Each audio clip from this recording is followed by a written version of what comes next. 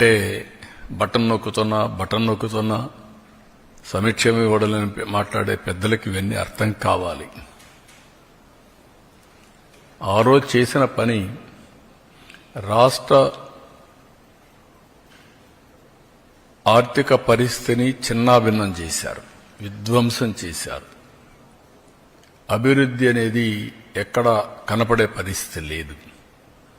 కడాన ఏ పరిస్థితికి వచ్చామంటే విశ్వసనీయత పోయిన తర్వాత ప్రొహిబిషన్ గురించి మాట్లాడిన పెద్దలు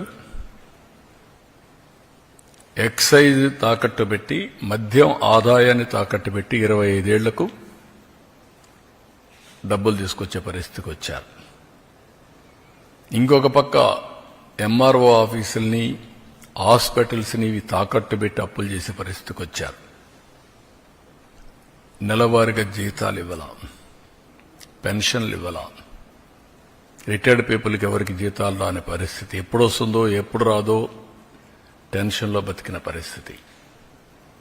ఈరోజు ఒక పద్ధతి ప్రకారం 94 సెంట్రల్ స్పాన్సర్ స్కీమ్స్లో 94 కూడా డీఫంక్ట్ చేసిన ఘనత. ఇవన్నీ కూడా ఆర్థిక వ్యవస్థ నిర్వీర్యం చేయడానికి పనికొచ్చాయి, అస్తవ్యస్తమైపోవడానికి పనికొచ్చాయి. ఈరోజు అన్నా క్యాంటీన్ మీరు చూస్తే మొత్తం 204 పెట్టాం. 2 కోట్ల మందికి ఇప్పటికీ అన్నా క్యాంటీన్లో భోజనం ఏర్పాటు చేసే పరిస్థితికి వచ్చాం. 4 కోట్ల భోజనాలు. 21 టెంపుల్స్లో అన్నప్రసాదం ఉచితంగా పెడుతున్నాం. ఇవన్నీ కూడా ఒక సుపరిపాలనతో సాధ్యం. ఆ సుపరిపాలనలో కూడా మొదటి అడుగు. అదే మరిగా మేము దీంట్లో మీరు చూసినప్పుడు చాలా స్పష్టంగా నేను అనేకసార్లు చెప్పాను, వీలైనంత వరకు అన్ని కూడా మేము అనుకున్నట్టుని చేస్తూనే ఒక స్పష్టమైన వైఖరితో భవిష్యత్తులో ముందుకు పోయే కార్యక్రమానికి శ్రీకారం చుట్టాం.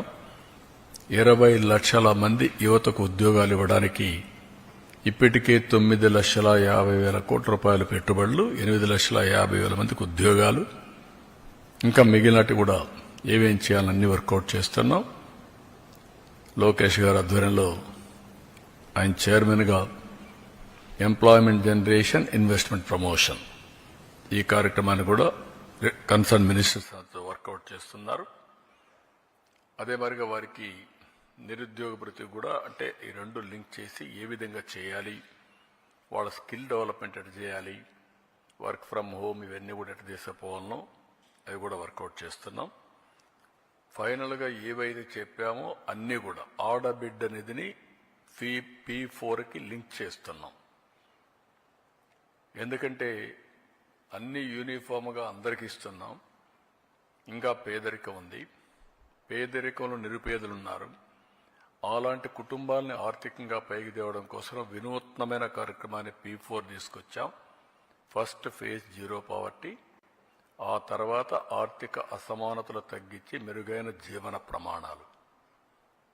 అందులో భాగంగా ఆడబిడ్డ అనేది P4కి అనుసంధానం చేసి దాన్ని కూడా ముందుకు తీసుకెళ్తాం. వాళ్ళు పెట్టే డబ్బులే కాకుండా, మనం ఇచ్చే సంక్షేమ కార్యక్రమాలే కాకుండా అదనంగా ఇది కూడా కొంత డబ్బులు ఇచ్చి దాన్ని అవసరం మేరకు వాళ్ళని కూడా పైకి తీసుకొచ్చే కార్యక్రమాన్ని చేస్తాం.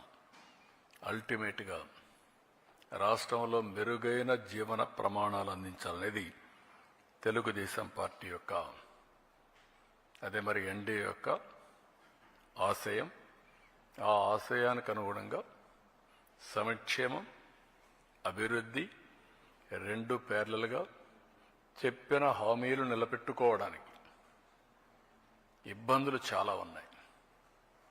ఇబ్బందులుంటే ఇబ్బందులను అధిగమించడానికి ప్రయత్నం చేస్తూ ఉంటే రాక్షసుల మారిగా రాష్ట్రాన్ని అతలాకుతలం చేయాలని,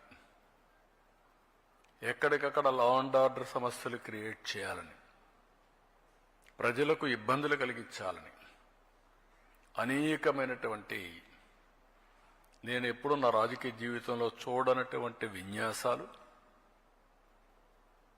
చూడనటువంటి అకృత్యాలు చేసే పరిస్థితికి వస్తున్నారు. ఇది మంచిది కాదు. ఈరోజు ఈ ప్రభుత్వానికి స్పష్టత ఉంది. ఇబ్బందులున్నాయి, ఆ రోజు కూడా చెప్పా. కొన్ని ఇబ్బందులు కొంత సమయంలో ఎక్కడికక్కడ పరిష్కారం చేయగలుగుతాం. కొన్ని ఇబ్బందులు మీరు చూస్తే గంజాయి, డ్రగ్స్, అడిక్ట్ అయిన వ్యక్తి మార్చడం అంత ఈజీ కాదు. అది అతనికి ఒక అబ్సెషన్, అంతే, పిచ్చిపడుతుంది. అలాంటి వాళ్ళు నేరాలు ఘోరాలు చేసే పరిస్థితి, వాళ్లకు అండగా ఉండే పరిస్థితిలో ఈ వైఎస్ఆర్ కాంగ్రెస్ పార్టీ ఉంది. ఇప్పుడు అవన్నీ నేను తర్వాత మాట్లాడతా. ఈరోజు ముఖ్యంగా ఇచ్చిన హామీలు నిలబెడుతున్నాం. కష్టమైన నష్టమైన ఇవి చేస్తూనే రాష్ట్ర ఆర్థిక పరిస్థితిని మెరుగుపరచడానికి మేము చెప్పిన హామీ ప్రకారం సమతుల్యం పాటిస్తూ ముందుకు తీసుకుపోవడానికి అన్ని విధాల ప్రయత్నం చేస్తున్నాం. ఇది తొలి అడుగు మాత్రమే. ఈ తొలి అడుగు తర్వాత ఇంకా దీన్ని ఏ విధంగా మనం ముందుకు తీసుకుపోవడానికి చేస్తాం. సాయంత్రం మీటింగ్ ఉంది, అక్కడ సమీక్ష చేసుకుంటాం. అక్కడ మీరందరూ ఉంటారు కాబట్టి అప్పుడు మీ అందరికి కూడా తగిన సమాచారం రిమైనింగ్ అంతా ఇస్తాం. With this I'm thanking all of you. Thank you one and all. ఇది జీవో ఇష్యూ. ఇప్పుడు నేను జీవోలు లోకేష్ గారికి హ్యాండ్ ఓవర్ చేస్తున్నాను. మీకు ఇవ్వాలి, మీది కాదు, మేము డబ్బులు ఇచ్చేది మీరు కాదు, మీరు అమలు చేసేది మీరు.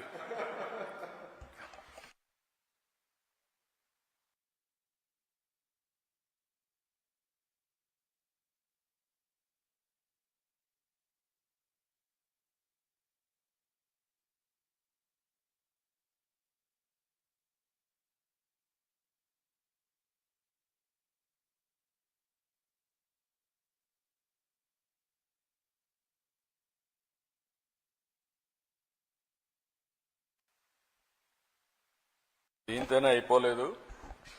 ఎడ్యుకేషన్లో మీరు నాలెడ్జ్ హబ్కు చిరునామాగా ఆంధ్రప్రదేశ్ని తయారు చేయాలి. పిల్లల్లో ఆ పట్టుదల రావాలి. దానికోసం వర్కౌట్ చేయండి.